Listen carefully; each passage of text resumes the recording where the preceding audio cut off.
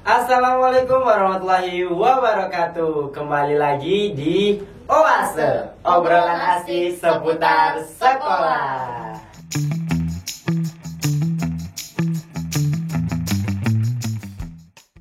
Nah, Sobat Podcast, dalam video kali ini kita akan membahas sebuah pembahasan yang menurut saya cukup penting, yaitu tentang kesehatan mental, yang dimana kesehatan mental ini diperingati tanggal 10 Oktober, diperingati Hari Kesehatan Mental Sedunia.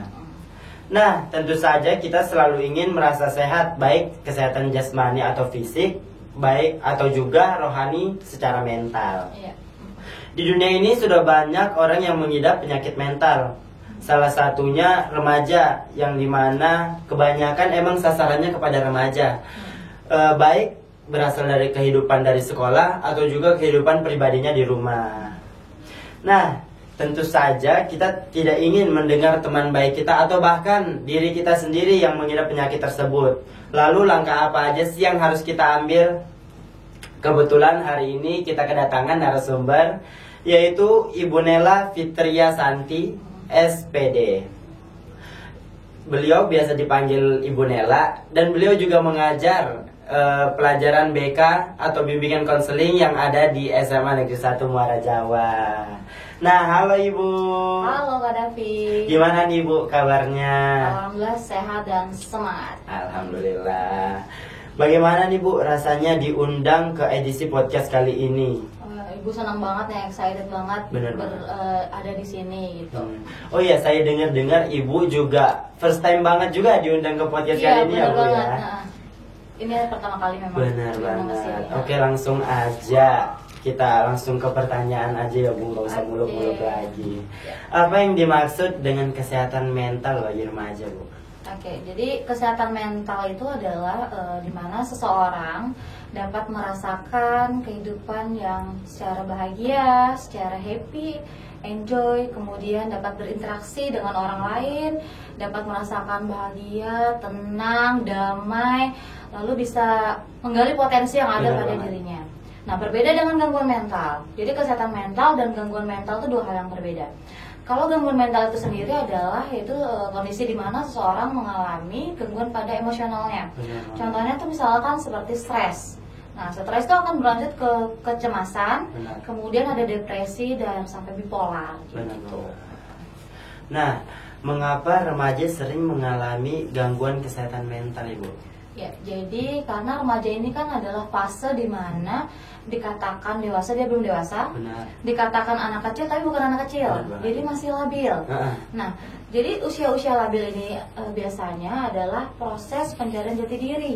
Krisis identitas, pengen banget nih, pengen tahu, kemudian mudah terpengaruh. Tetapi pengendaliannya tuh belum stabil. Sehingga sangat rentan remaja yang memang terkena gangguan mental. Dalam penelitian juga pernah saya lihat seminar, dokter mengatakan memang di antara anak-anak, remaja dan orang tua itu memang rentan di remaja. Karena remaja itu tadi saya bilang tadi bahwa masih krisis pencarian jati diri, krisis identitas diri, sehingga masih belum bisa cara mengendalikan emosinya seperti apa. Gitu. Karena juga Bu, saya pernah dengar perkataan gitu kayak remaja ini ibaratkan seorang nelayan yang di tengah laut, yang dimana nelayan ini terombang-ambing oleh ombak. Nah, dilambangkanlah seperti remaja yang mencari identitasnya. Nah, next question ya Bu, faktor apa aja sih yang mempengaruhi kesehatan mental bagi remaja? Jadi sebenarnya ada beberapa faktor sih, cukup banyak faktornya yang mempengaruhi remaja kenapa kok sampai terkena gangguan mental. Yang pertama ada dari faktor internal dan faktor eksternal. Biasanya faktor internal itu berasal dari lingkungan keluarga, terutama orang tua. Nah, dalam pola asuh orang tua ini kan kita berbeda-beda ya. Ada yang mungkin pola asuhnya sudah mendapatkan hangat dalam keluarga, ada yang mungkin tidak mendapatkan kasih sayang. Nah, sehingga menyebabkan anak yang tidak mendapatkan kasih sayang orang tua biasanya rentan rapuh. Sehingga dapat menyebabkan terkena gangguan mental. Lalu juga ada faktor genetik atau keturunan dari salah satu orang tuanya. Kemudian ada faktor eksternal. Faktor eksternal itu biasanya dari lingkungan. Lingkungannya entah dari teman, dari luar, misalkan pernah mengalami body shaming, pembulian. Perlu diketahui juga nih, nah sambil ibu kasih tahu bahwa body shaming dan pembulian itu nggak bisa didiamkan. Jadi harus speak up gitu, stand up dan speak up. Jadi jangan diem aja, jangan pasif, jangan juga terlalu langsung agresif melawan membabi buta, enggak. Jadi harus komunikasinya asertif. Jadi katakan enggak, aku tidak suka dikatakan seperti itu. Aku nggak suka dilakukan seperti itu. Langsung boleh lapor ke guru, boleh. Jadi jangan dipendem. Karena kalau lama-lama dipendam nanti seperti akan ada bom waktu, karena selalu memendam gitu. Nah, kemudian juga ada faktor dari individu itu sendiri. Misalkan gini nih, kalau di sekolah nih banyak nih dapat tugas dari guru, tapi nggak pernah dikerjakan, sehingga tugasnya menumpuk dan menumpuk, deadline sebentar lagi. Akhirnya karena deadline sebentar lagi, nah merasakan cemas, gelisah dan stres akhirnya, akhirnya mengalami gangguan mental. Karena emang penyakit mental ini nggak hanya dari kita sendiri juga, tetapi juga bisa dari orang sekitar kita juga. Benar banget. Apa aja sih ciri-ciri remaja yang mengalami gangguan kesehatan mental?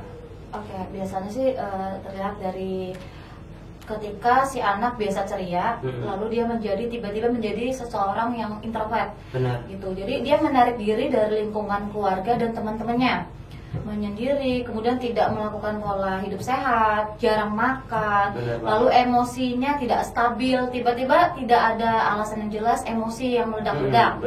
Nah, ini bisa dikatakan adalah gejala dari gangguan mental. Benar banget. Nah, saya tuh juga punya temen nih, Bu.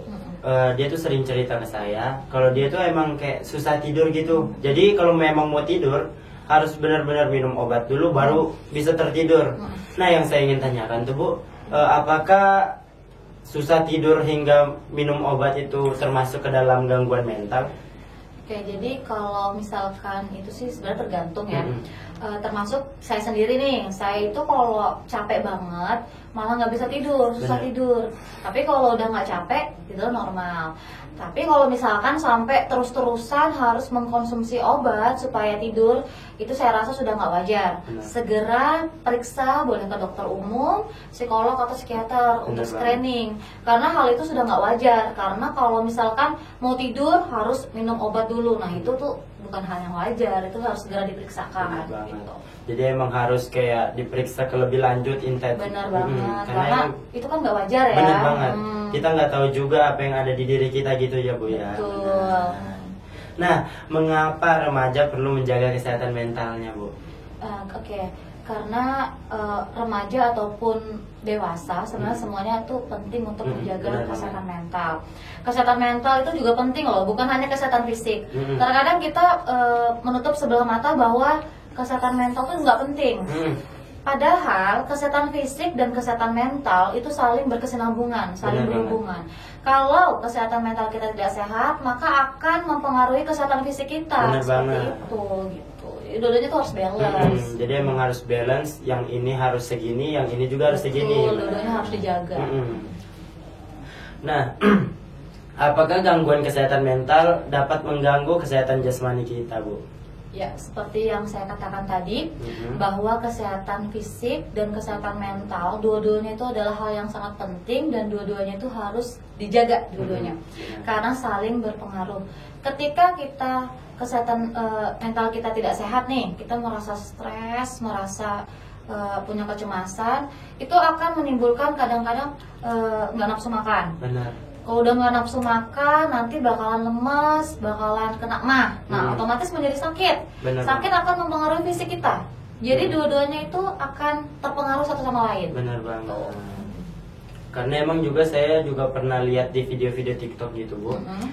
Dia ini emang punya ketergantungan kayak sakit mental gitu. Dan ujung-ujungnya dia kalau stres, ujung-ujungnya kayak cutting, jadi beset-beset gitu kan, Bu. Kan itu juga itu kan bahaya banget ya. Benar banget, itu kan bahaya ya, nggak bisa nggak bisa didiamkan. Benar banget. Nah, bagaimana cara kita menjaga kesehatan mental kita terlepas itu dari remaja maupun dewasa?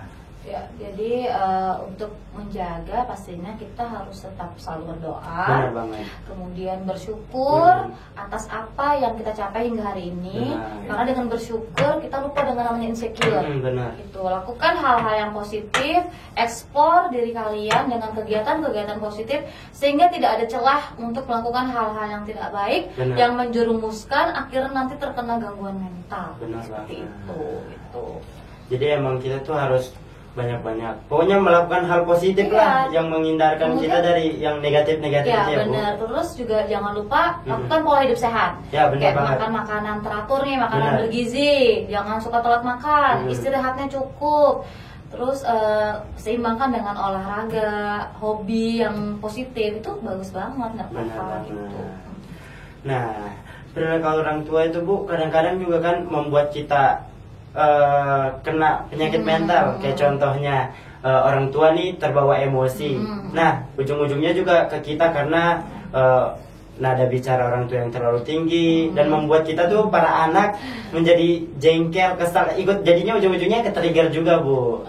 Nah, gimana sih tuh menurut pendapat Ibu? Oke.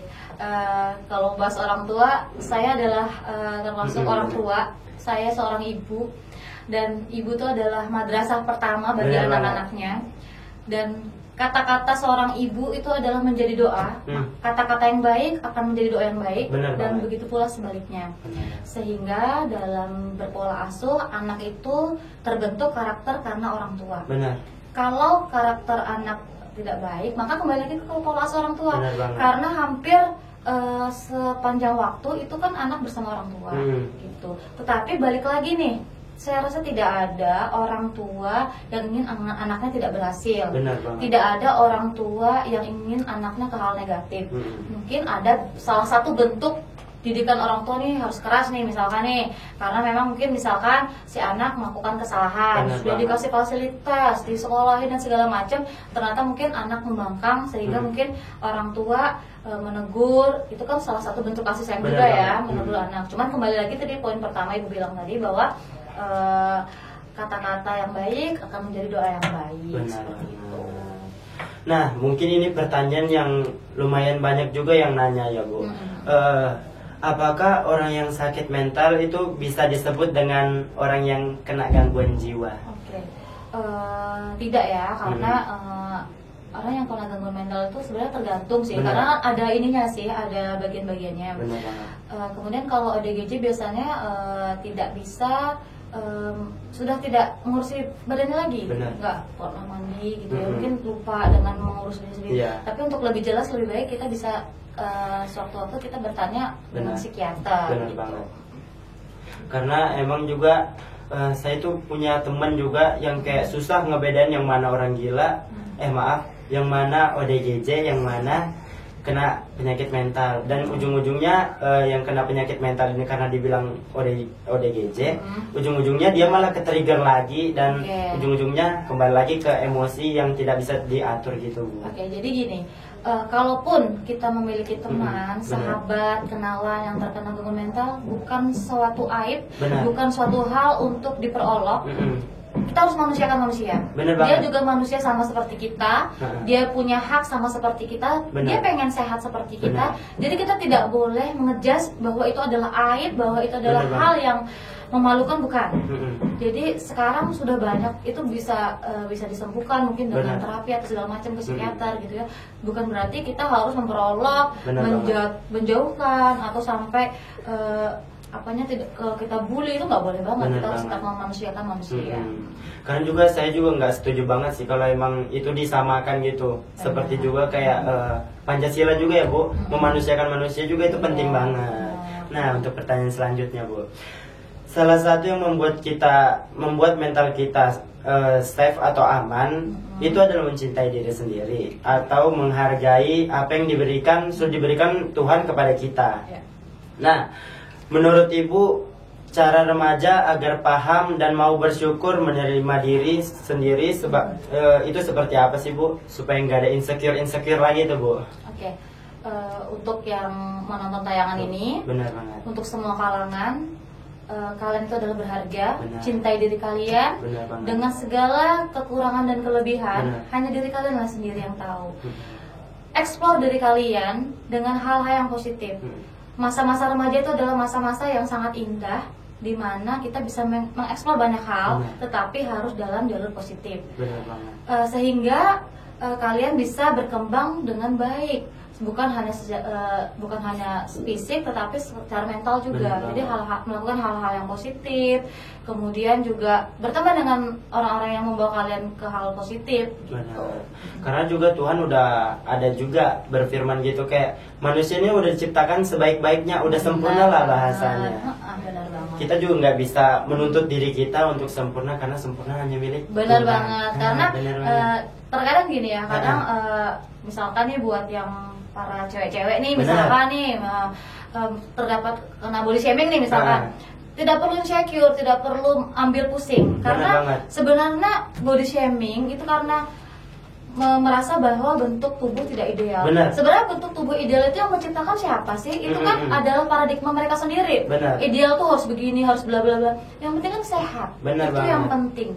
Jadi jangan jadikan itu sebuah insecure, lalu meratapi nasib kok aku begini, ya itu nggak boleh. Dan katakan kembali lagi ke poin tadi, bahwa katakan tidak untuk body shaming. Kalau kalian tidak suka, bilang tidak suka dan lapor. Boleh lapor ke guru kalau misalkan memang keterlaluan dan berlebihan. Benar banget. Nah, pertanyaan terakhir nih Bu, tips dari Ibu agar kami terhindar dari gangguan kesehatan mental. Oke, tipsnya adalah lakukan hal-hal yang positif, selalu menjaga pola hidup sehat yang seperti Ibu katakan tadi, makan makanan teratur, makan makanan bergizi, istirahat yang cukup, kemudian berteman dengan banyak orang yang membuat kalian lebih positif, membuat kalian lebih kreatif dan inovatif. Karena di mana masa-masa remaja itu sebenarnya masa-masa remaja yang sangat indah, yang tidak mungkin bisa diulang lagi. Jadi gali potensi yang ada pada diri kalian sebagai remaja yang aktif dalam hal-hal positif, sehingga kalian bisa tumbuh kembang secara optimal dengan baik. Bukan hanya secara fisik, tetapi secara mental juga. Benar banget. Oke, itu tadi obrolan mengenai gangguan mental. Gimana nih Sobat Podcast? Semoga aja dengan perbincangan podcast kali ini, teman-teman yang ada di rumah atau juga yang pokoknya yang ada di seluruh dunia lah bisa mengenal, lebih tahu lagi mengenai kesehatan mental, juga gangguan mental. Serta teman-teman juga bisa terhindar dari hal-hal yang bisa menyebabkan gangguan mental tadi. Nah, sebelum saya akhiri podcast Oase kali ini, saya juga mengucapkan banyak-banyak makasih nih Bu, sudah berbagi pengalaman, berbagi ilmu lah bahasanya. Sama-sama. Benar. Dan semoga Ibu nggak kapok-kapok diundang ke acara podcast ini. Jangan jerah, Ibu malah senang. Benar banget. Ini pengalaman yang menarik bagi saya. Benar banget. Keren banget loh Muara Jawa, SMA Negeri 1 Muara Jawa punya podcast seperti ini gitu. Nah, terima kasih Bu. Nah, terima kasih Bu ya. Sebelum saya akhiri podcast kali ini, saya punya pantun nih untuk teman-teman semua. Si jelita membeli pita. Pita itu diberikan kepada si nyonya. Mari jaga kesehatan mental kita agar sehat jasmani kita dan rohaninya.